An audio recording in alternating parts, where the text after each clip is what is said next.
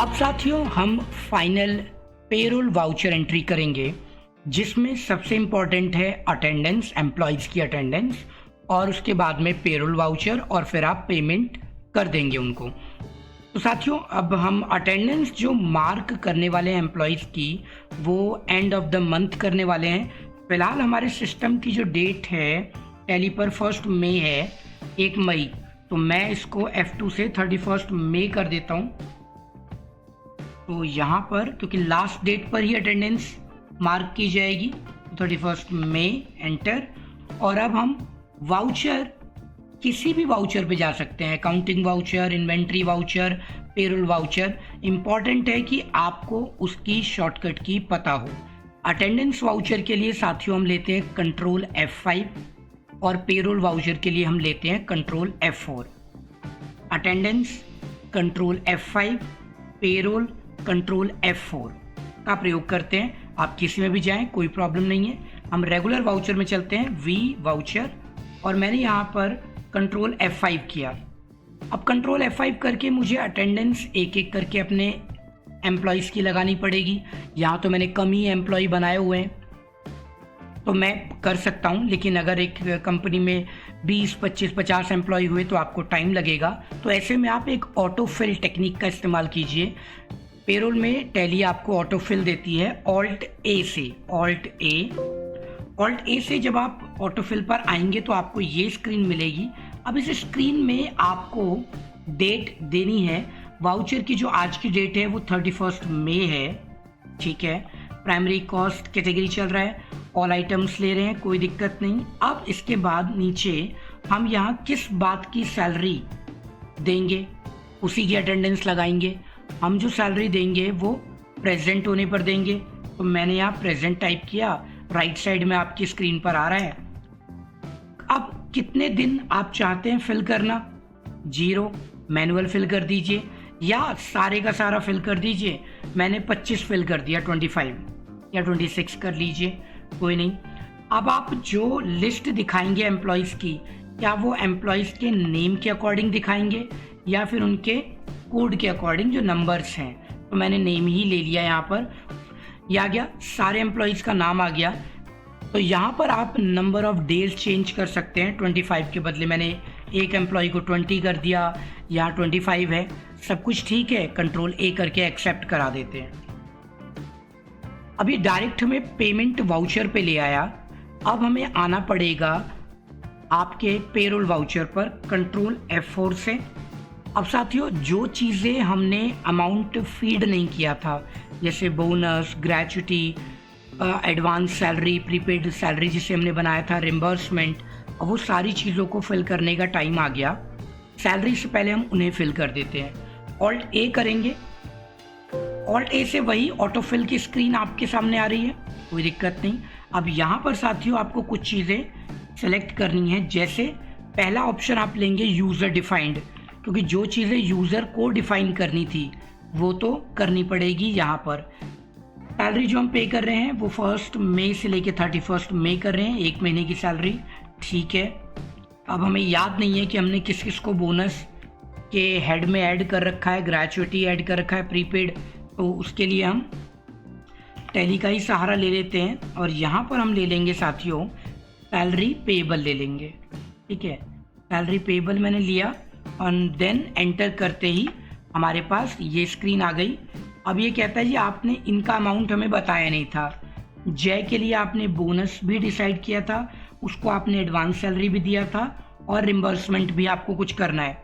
मैंने कहा ठीक है, 1000 रुपये इसको हम बोनस दे रहे हैं फॉर एग्जाम्पल, तो इसको ले लिया हमने।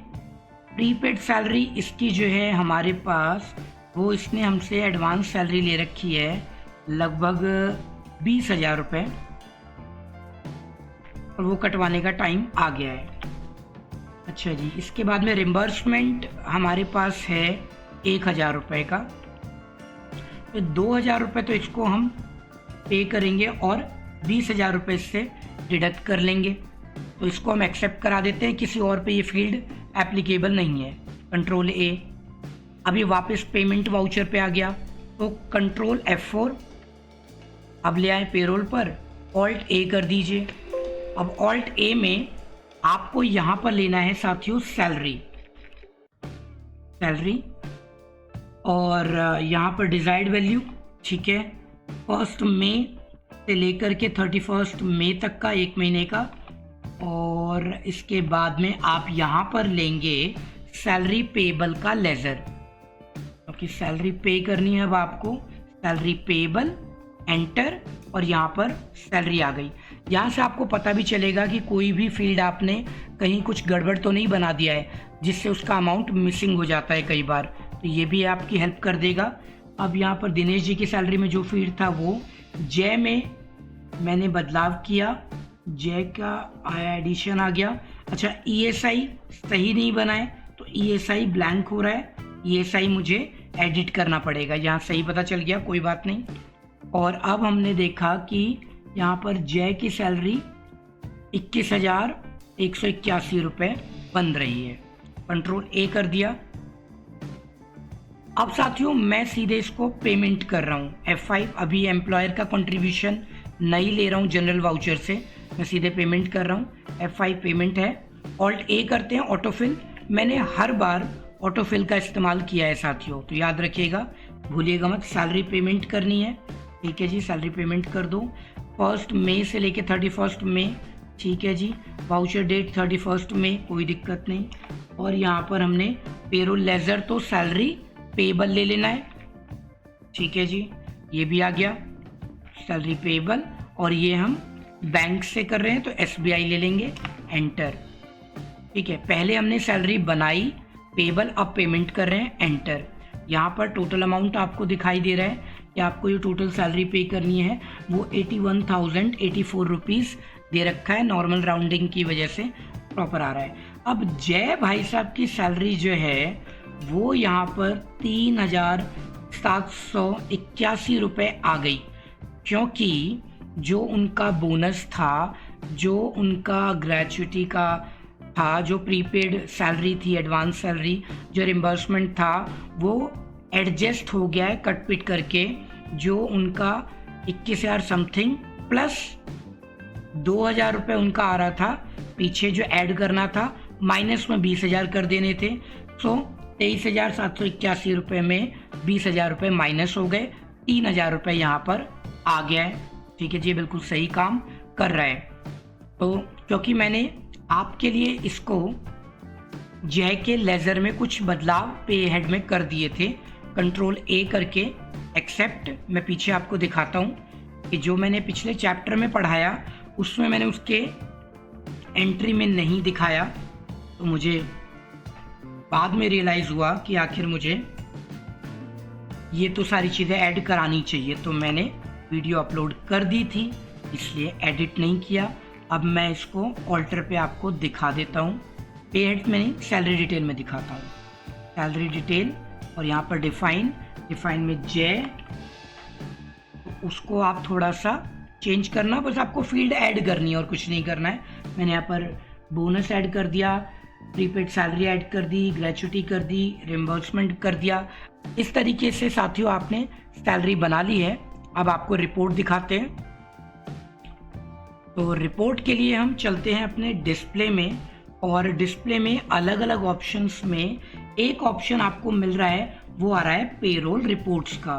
तो DP कर सकते हैं, नहीं तो एरो की से पेरोल रिपोर्ट्स में आ सकते हैं आप, पेरोल रिपोर्ट्स। और पेरोल रिपोर्ट्स में आप क्या देखना चाहते हैं, अटेंडेंस शीट, अटेंडेंस रजिस्टर देखना चाहते हैं, स्टैट्यूटरी रिपोर्ट देखना चाहते हैं, स्टेटमेंट ऑफ पेरोल देखना चाहते हैं। तो स्टेटमेंट ऑफ पेरोल में पे स्लिप देखना चाहते हैं, चलिए एंटर कर देते हैं। आपको पे स्लिप दिखाते हैं, सिंगल पे स्लिप दिखा दें, सिंगल पे स्लिप दिखाते हैं। सिंगल पे स्लिप में आप किसकी सैलरी देखते हैं, जय में ज़्यादा फील्ड है, तो जय में ज़्यादा फील्ड होने के कारण जय ले लेते हैं, ठीक है, जय। अब यहाँ तो आपको डिटेल प्रॉपर नहीं समझ भी आएगी, कोई बात नहीं, ऑल्ट P कर देते हैं और यहाँ पर ऑल्ट I करके ऑल्ट Z, यहाँ पर आपको इस तरीके से प्रिंट दिखने लग जाएगा। तो इसमें बेसिक सैलरी उन्होंने बताई कि जी आपकी बेसिक सैलरी जो है वो 16,000 समथिंग बनी है, DA इतना बना, HRA इतना बना, बोनस आपका 1,000 रुपये था, रिम्बर्समेंट 1,000 रुपये था, इधर ये आ गया, इधर आपका ये डिडक्शन में आ गया, so and so advance salary भी आपकी डिडक्ट हो गई है। ये सब कुछ कर कुरा करके इसने आपको सैलरी दिखा दी है साथियों।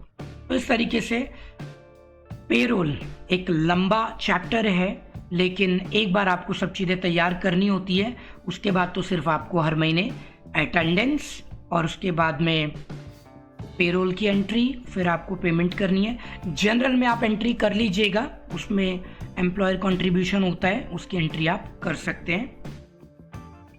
तो इस चैप्टर के असाइनमेंट आप कर लीजिएगा। आगे बढ़ते हैं।